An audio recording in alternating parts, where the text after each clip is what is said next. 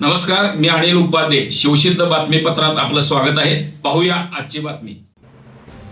शेतकरी सशक्तीकरणासाठी केंद्र व राज्य सरकारने राबवलेल्या योजनांचा उल्लेख करत ऊस उत्पादकांसह देशातील शेतकऱ्यांच्या विविध प्रश्नांवर ठोस धोरणात्मक निर्णय घेण्याची गरज खासदार धैर्यशील माने यांनी आज संसदेत अधोरेखित केली.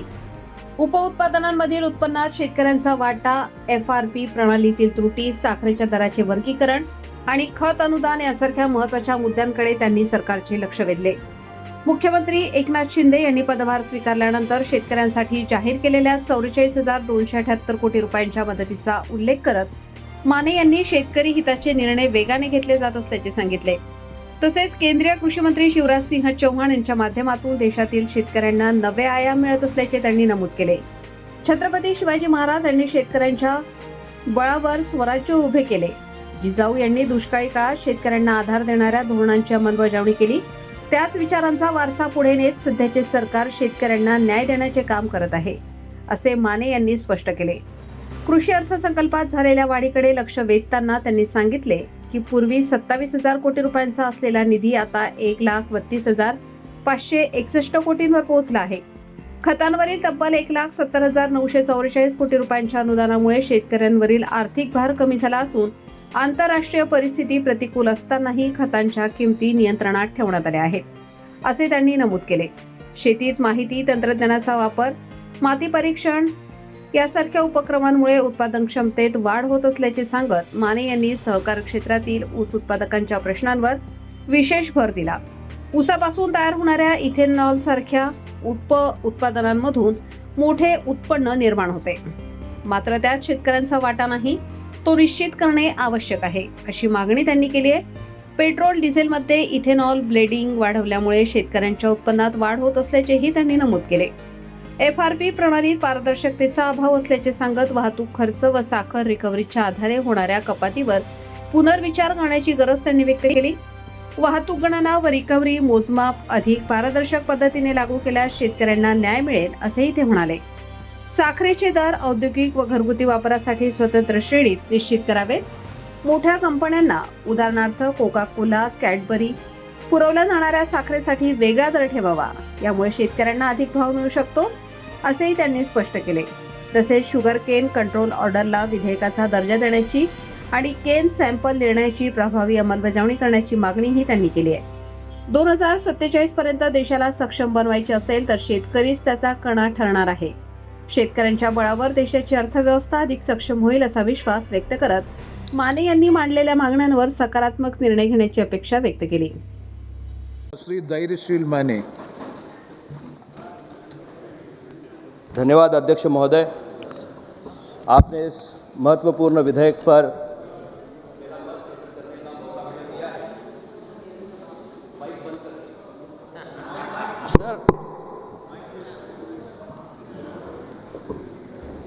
मौका मुझे दिया है.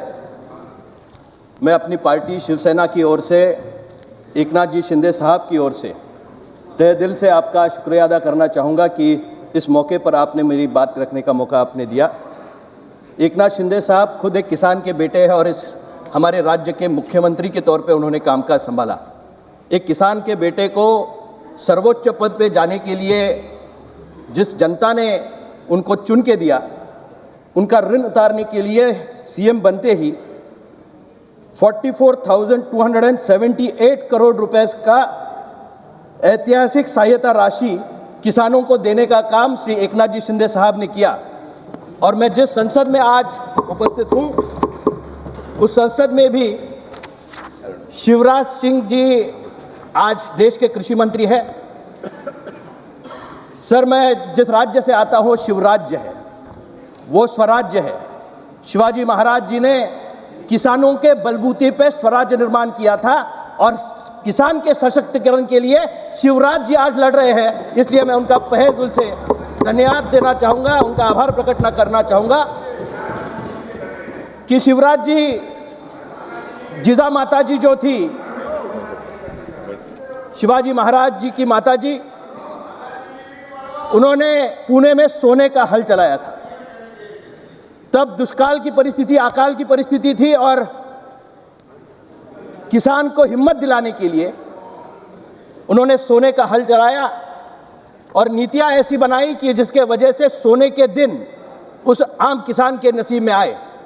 मैं जब छोटा था तब एक गाना चलता था, मेरे देश की धरती सोना उगले उगले हीरे मोती।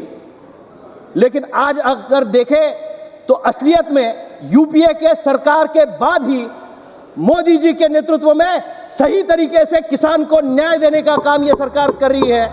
और जो सुनहरा इतिहास जिसकी कल्पना शिवाजी महाराज के टाइम में हुई थी, उसको साक्षात दुनिया के सामने लाने का काम ये सरकार कर रही है। इसमें विपक्ष आज बड़ी बड़ी बातें करता है, लेकिन तब उनका जो बजट था, कुल बजट उनका 27,000 करोड़ रुपए किसानों के लिए हुआ करता था। आज के दिन में किसानों का 6 गुना बजट बढ़ गया है। 1,32,561 करोड़ का ऐतिहासिक बजट आज किसान यहाँ देश में यहाँ साझा कर रहा है।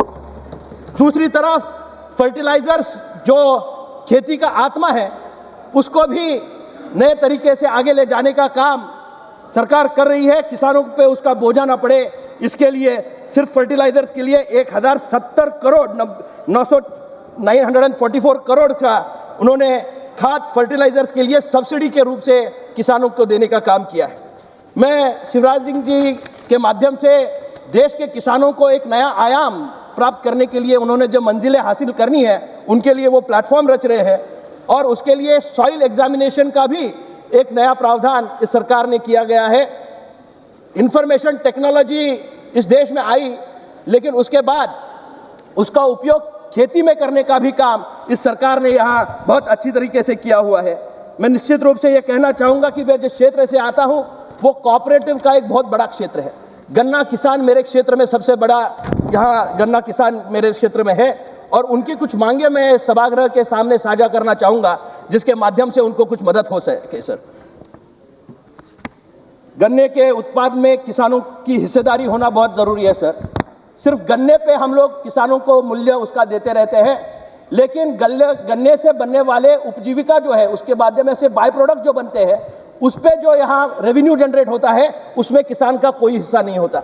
मैं सरकार को इस माध्यम से मांग करना चाहूँगा कि उसकी उपजीविका को और सक्षम बनाने के लिए जो भी मोलासिस हो, ईंधन बनता है सर, इथेनॉल जैसी एक बड़ी प्रणाली आप देश में बना रहे हैं, जिसके माध्यम से यूपीए के टाइम में जो दोनों में ब्लेंडिंग होती थी, आज सबसे ज्यादा ब्लेंडिंग अगर किसी सरकार ने की होगी तो इथेनॉल की ब्लेंडिंग पेट्रोल और डीजल में करने का काम इस सरकार ने किया, जिसके वजह से ये किसान के खाते में ज्यादा पैसे जा रहे हैं। सर, युद्धजन्य परिस्थिति दुनिया भर में बनी हुई है। हमारा जो रॉ मटेरियल है फर्टिलाइजर्स का, वो इजराइल और वहाँ के गल्फ कंट्रीज से आता रहता है। लेकिन मैं शिवराज सिंह जी चौहान साहब का तहे दिल से आभार प्रकट करना चाहूँगा कि इसके बावजूद भी आपने फर्टिलाइजर्स की कीमतों में बढ़ोतरी नहीं की है, उस पर कोई भी भार आने नहीं दिया है। हमारे देश के किसान को मजबूती से खड़ा रहने के लिए इस कठिन परिस्थिति में भी उन्होंने ये कदम उठाए हैं।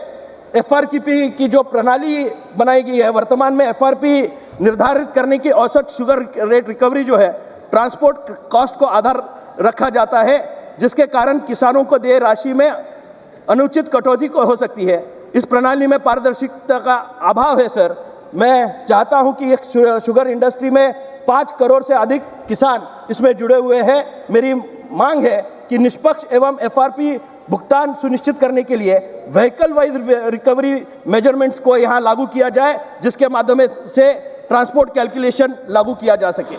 मैं 2 ही मिनट में सर खत्म करने जा रहा हूँ। सर, गन्ने का किसान जो मेरे क्षेत्र में है, शुगर बनती है सर, लेकिन वो कारपोरेट में भी जाती है और डोमेस्टिक यूज़ के लिए भी जाती है। शुगर जो कारपोरेट यूज़ के लिए कैडबरी जैसी हो, कोका कोला जैसी कंपनियां हो, और किसान जो अपने लिए डोमेस्टिक यूज़ के लिए या फिर आम लोग जो डोमेस्टिक यूज़ के लिए दिए जाने वाली शुगर एक ही रेट में दी जाती है। अगर उसको डिफ्रेंशिएट किया जाए, जो यूसेज डोमेस्टिक यूज़ के लिए है, आम जनता के लिए है, उसको एक अलग तरीके के ब्रैकेट में रखा जाए, और जो यूसेज जो बड़ी बड़ी इंडस्ट्रीज, कोको कोला जैसी, कैडबरी जैसी बड़ी इंडस्ट्रीज इसमें काम करती है, उनके लिए अगर अलग रेट रखा और बढ़ा हुआ रेट रखा जाए तो किसान को ज़्यादा पैसे गिनना किसान को मिलेंगे। इसके लिए प्रावधान ये सरकार करे, ऐसी मांग मैं इनके साथ करना चाहूँगा। शुगर केन कंट्रोल ऑर्डर विधेयक दर्जा प्राप्त करने की भी मांग मैं आपको यहाँ करना चाहूँगा। केन सैंपलर का अच्छा निर्णय इस सरकार ने लिया था। सर 2 ही मिनट में ख़त्म कर रहा हूँ। केन सैंपलर की सुविधा करने का निर्णय इस सरकार ने किया, लेकिन वो आज भी अमल बजावनी किसी भी क्षेत्र में नहीं हुई है। बहुत कम ऐसे शक्कर कारखाने हैं जिन्होंने ये प्रावधान किया है। मैं कहना चाहूँगा सर, इसका भी रिव्यू लिया जाए और केन सैंपलर हर शुगर केन इंडस्ट्री में लगाने का मौका मिला जाए। मैं आखिरी पंक्तियाँ मैं यहाँ कहना चाहूँगा। मांगे बहुत है सर। मैं जिस क्षेत्र से आता हूँ वो किसानों का क्षेत्र है और 23 दिसंबर सर चरण सिंह जी की जो जन्मतिथि है उस पे किसान दिन मनाया जाता है 23 दिसंबर को, और मेरा जन्मदिन भी 23 दिसंबर का है सर। तो कर्म धर्म संयोग से किसान के बेटे और बेटियां इस सभागृह का नेतृत्व कर रहे हैं, और इस देश को अगर 2047 में सशक्त भारत में रूपांतरित करना है तो किसान ही उसको आगे ले जाएगा। इसका साक्ष्य देने के लिए यह बजट बहुत जरूरी था, और निश्चित रूप से मैं आभार प्रकट करना चाहूंगा चौहान जी का और मोदी जी का कि उन्होंने इस बजट को हमारे सामने मद्देनजर रखा। जो मांगे मैंने रखी है उसको आप आगे ले जाने का काम करें, ये विनती मैं आपके सबके सामने करता हूं। धन्यवाद।